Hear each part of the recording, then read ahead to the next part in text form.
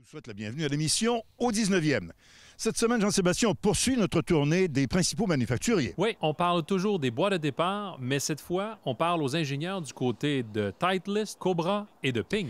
Et notre ami Éric, lui, va nous donner de précieux conseils pour éviter de caloter la balle. On sait que c'est quand même assez fréquent au début de la saison du côté des amateurs. Tout ça et plus encore cette semaine à l'émission au 19e. Au 19e, une présentation de RBC au service de votre réussite. En collaboration avec Mulligan Centre du Golf pour un nouvel élan. Et par les professionnels de la PGA du Québec, les experts en golf.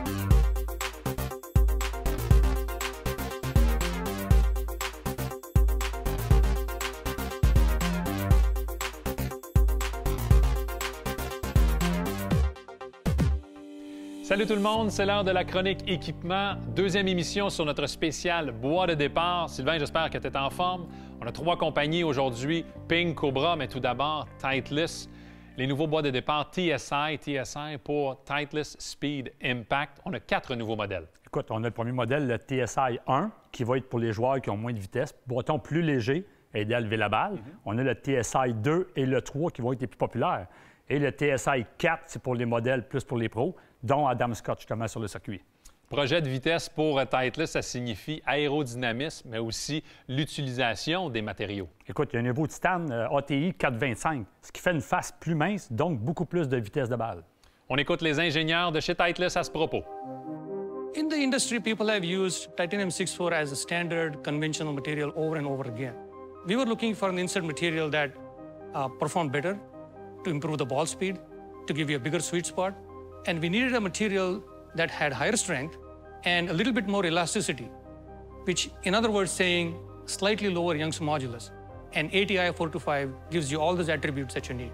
Compared to the conventional titanium alloys used in golf, ATI 425 has 4% higher ultimate tensile strength, 6% higher yield strength, and 30% higher ductility. As Ide mentioned, ATI's superior strength and elasticity allows us to design thinner driver faces. Thinner driver faces provide higher COR, delivers best-to-date ball speed, all while keeping our drivers in compliance with the USGA spring-like effect rule. The TSI drivers are the result of both computational fluid dynamics studies and physical testing in the wind tunnel. And both of those have demonstrated superior aerodynamic performance relative to the TS drivers. Their aerodynamic improvements come from a special tailoring of the apex location and also how the geometry goes from the face to the body. That periphery around the face is very critical. You know, you're really trying to take this very bluff front face and make it as aerodynamic as possible. So what does that mean for the golfer? That means increased clubhead speed, higher ball speed, and more distance. Pour ce qui est de l'ajustabilité maintenant, les 4 modèles possèdent la technologie SureFit Tour au niveau de l'embout de la tige. Mais pour ce qui est des poids amovibles, un seul sur les 3 offre la possibilité. Oui, c'est le TSI 3. Alors, le TSI 3, plus compact la tête, il y a un poids à l'arrière qui est dissimulé, plus aérodynamique. Oui. Il y a 5 positions différentes d'ajustement. Quelqu'un qui veut travailler sa balle, beaucoup plus facile. Les TSI 1 et le 2 ont le poids à l'arrière. Fixe pour assurer une bonne indulgence. Oui. Pour ce qui est du TSI 3, pour compléter ce que tu mentionnes, on a 2 positions pour ce qui est de trajectoire extérieure, une position neutre et 2 positions pour une trajectoire intérieure. We love our multi-material titanium construction, and the reason why I say that we love it is because we think it offers us several key advantages over composite multi-material constructions. The first is that our engineers have worked hard with our suppliers to develop a process to cast these products thinner than any other drivers in the marketplace. So our crown is at 0.4 millimeters, which is by far the thinnest titanium crown in the industry. And when you pair that with our overall shaping and our design, we're able to maximize our properties. When you look at composite drivers, one of the detrimental attributes of those designs can be the fact that you have to have pretty large ledge widths. And when you complement that with their ultralight composite material, they actually come out very similar in mass to where our all-titanium driver is. And the benefit of the all-titanium driver is we do have the capability to tune the acoustic exactly towards what our players prefer gives us a lot of flexibility in our design, and we also believe that it delivers a higher quality construction. We know that each part is exceptionally consistent and delivers upon the performance that we expect every single time. C'est ce qui complète les nouveautés du côté de Titleist pour ce qui est des bois de départ. Après la pause, Sylvain, on s'attaque à Cobra. Émilie, la question quiz cette semaine, on parle des performances d'un golfeur canadien. Le Canadien Mackenzie Hughes, originaire d'Hamilton en Ontario, qui a vraiment joué de l'excellent golf cette saison après la reprise sur le circuit PGA, mais surtout durant les séries éliminatoires. Il a d'ailleurs terminé dans le top 60 mondial à la fin de la saison 2019-2020. Voici maintenant la question quiz de la semaine. Le Canadien Mackenzie Hughes occupait quel rang au classement mondial au début 2019? A. 206e, B. 264e ou C. 312e? La réponse, après la pause.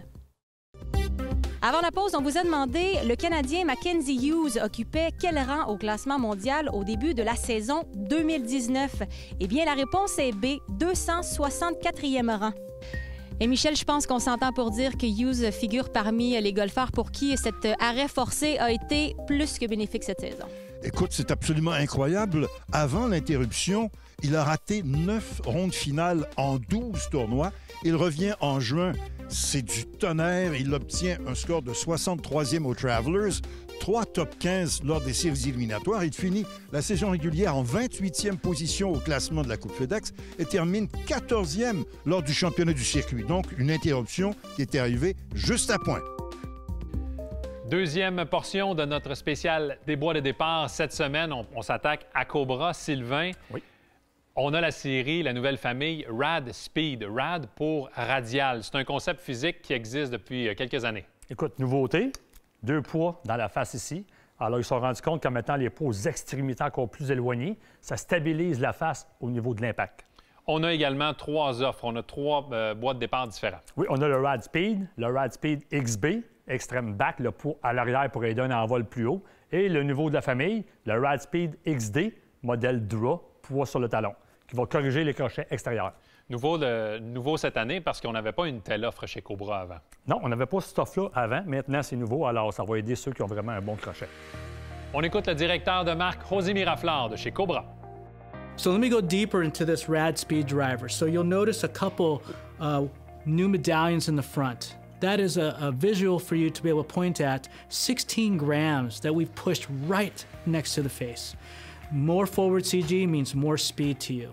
We put another 8 grams here in the back, and that keeps it to be stable. Moving both of them away from the center of the face, or the center of the body, excuse me, makes this a very forgiving driver. But since we're putting more weight up front, it's all about speed. Because it's low spin. So this is for the guys who are looking for speed, low spin, and workability.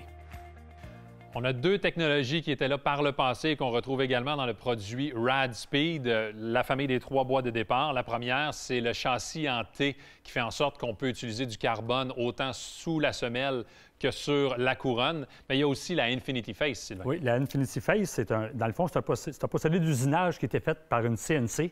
On voit ici, justement, les lignes ici, ce qui fait qu'une face est beaucoup plus précise avec ce matériau. So the Rad Speed Driver Series has many key technologies that I'll take you through in order of importance in presenting to your accounts. So first and foremost is Rad weighting. By our engineers, they've delivered us this new technology that removes weight from the center of the head, which we've been doing for years, but it positions him extremely towards the front or to the back. And doing both is the key. So that's a key technology you guys should understand. We're delivering both speed and forgiveness at the same time, and that's the most important radical change that we've made this year. Number 2, we continue to use carbon fiber sandwiched on both sides, but we found a new thinner ply carbon fiber. It's 30% thinner than it was last year, and it saves us 6 grams of weight to use in these extreme weights.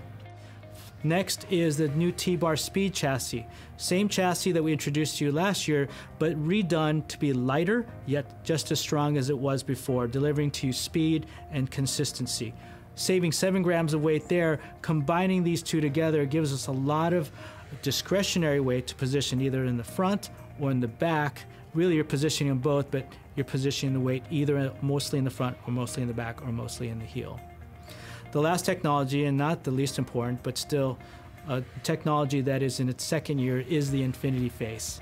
Infinity face is so important for us because it is the technology that allows us to have the most consistent face in golf, meaning consistent in the way we designed it and produce it, which gives to the golfer consistent speed, more distance on off-center hits. Super important. We've had a lot of momentum in our drivers these last couple of years, and it's been great. This is the next generation. This is not an evolution of a driver. This is a revolution. Introducing to you RadSpeed technology. C'est ce qui complète la famille RadSpeed pour Cobra cette année. Plus tard à l'émission, on s'attaque aux nouveautés du côté de Ping.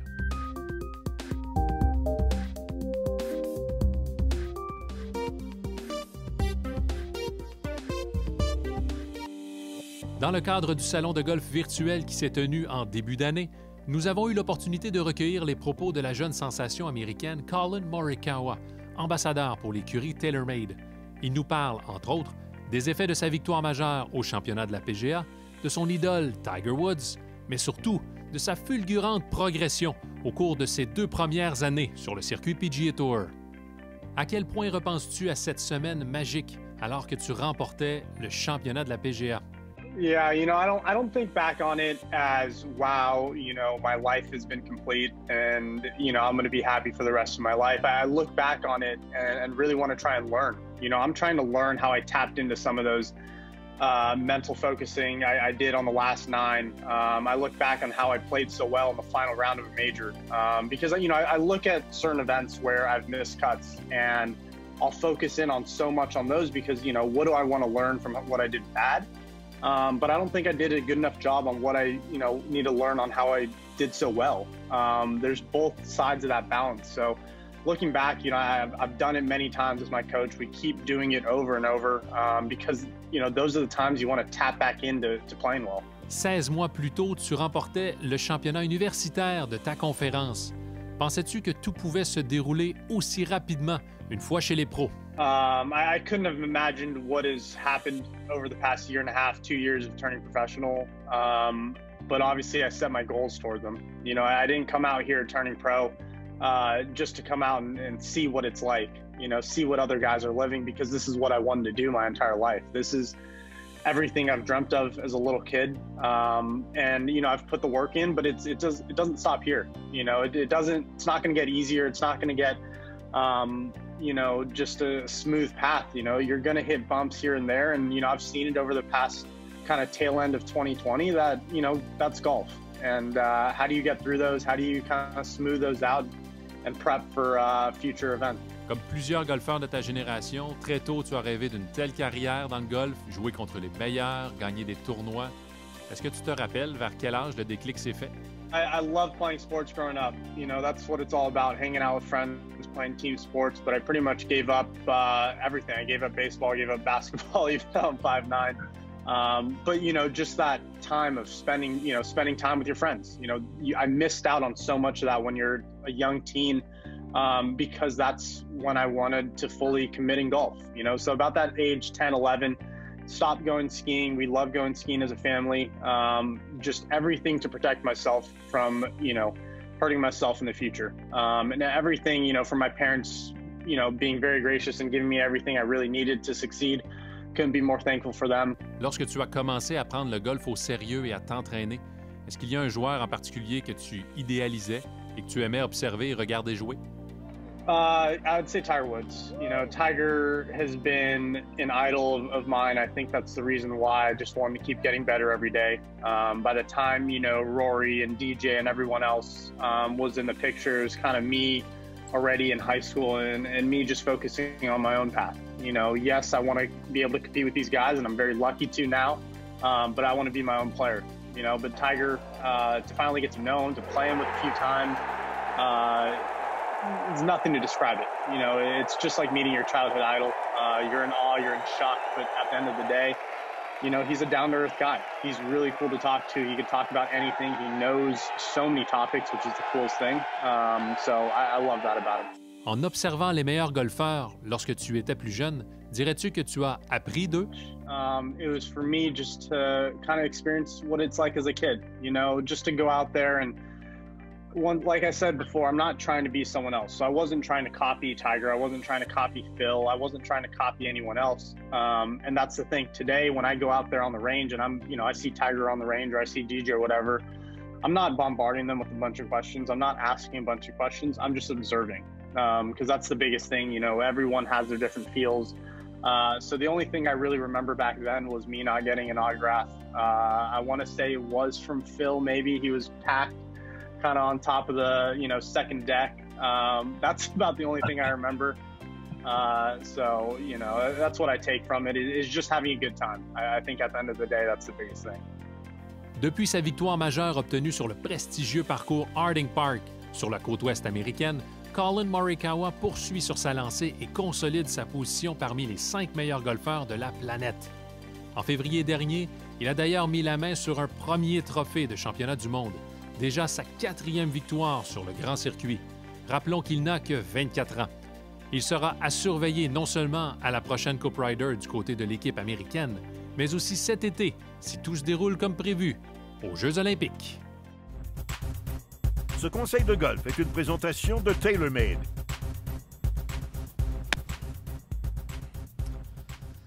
Il vous arrive souvent de caloter votre balle et que vos partenaires vous disent « garde la tête sur la balle » ou « regarde la balle », mais c'est un des plus grands mythes au golf. Souvent, la raison principale, c'est parce que vous avez fait une extension trop rapide de votre tronc au moment de l'impact. Je vais vous donner 3 exercices pour éliminer cette grande faute.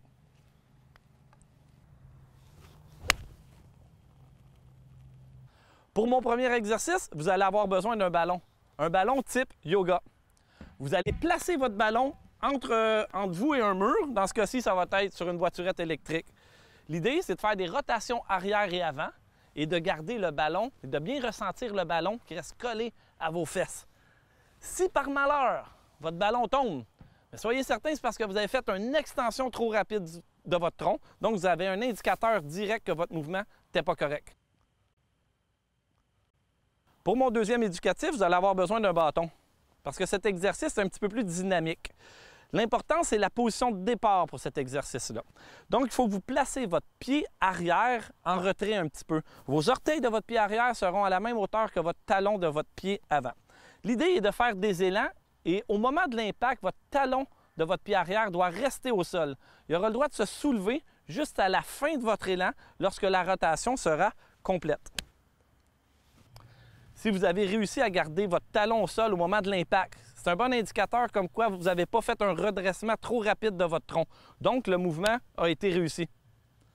Pour mon troisième exercice, c'est un peu la suite de ma deuxième exercice. Sauf qu'on a un indicateur, on a une alarme si on n'a pas bien fait notre mouvement. C'est pour ça que j'ai placé une tige, un bâton sous mon pied arrière avec la tige qui pointe vers le ciel. Si, au moment de l'impact, je fais un redressement trop rapide de mon tronc, vous allez entendre la tige qui vient toucher le sol. Vous saurez que ce n'est pas correct. L'idée, c'est de faire un élan complète jusqu'à la fin avec une pleine rotation et d'entendre la tige tomber au sol à la fin de votre mouvement. En conclusion, le but de ces exercices-là, c'est d'éliminer le redressement trop rapide de notre tronc. Parce que si vous pouvez garder l'inclinaison de votre tronc tout au long de votre élan arrière et même jusqu'à l'impact, la qualité de vos frappes de balle en sera que meilleure. Amusez-vous bien et bon golf!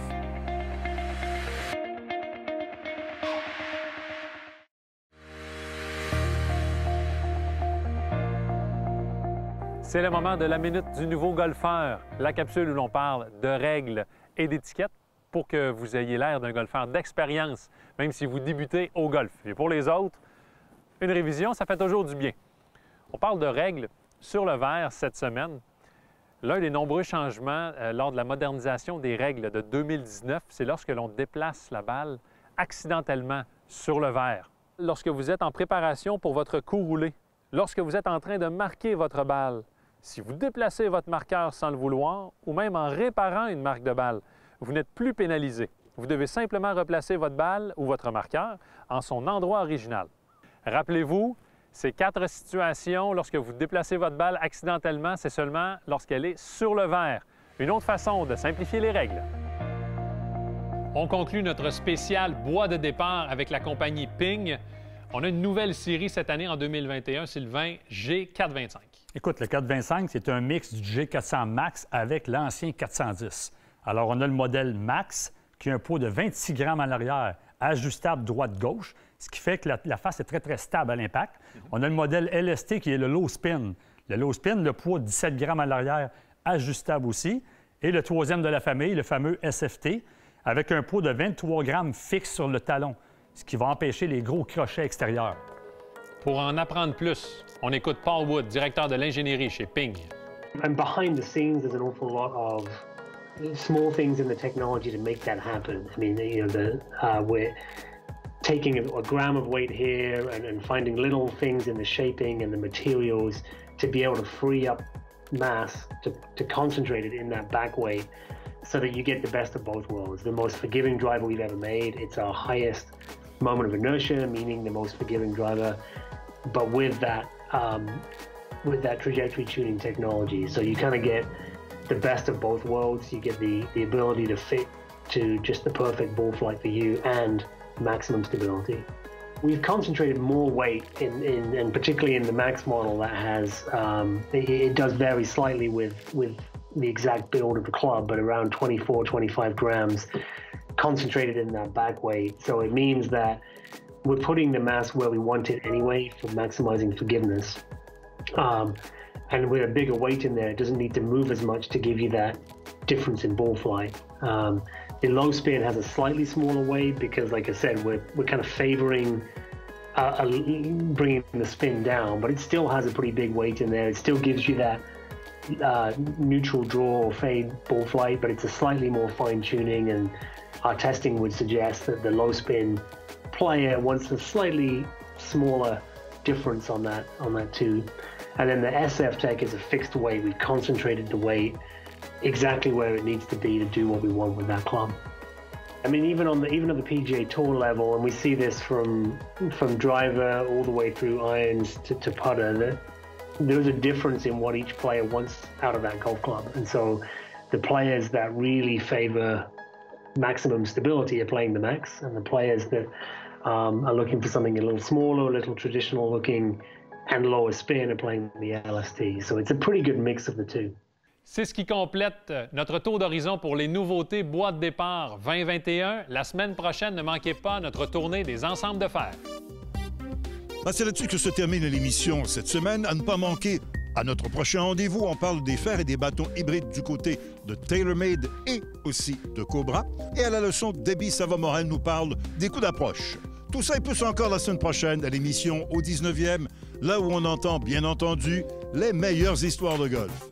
Au 19e vous a été présenté par RBC, au service de votre réussite. En collaboration avec Mulligan Centre du Golf, pour un nouvel élan. Et par les professionnels de la PGA du Québec, les experts en golf.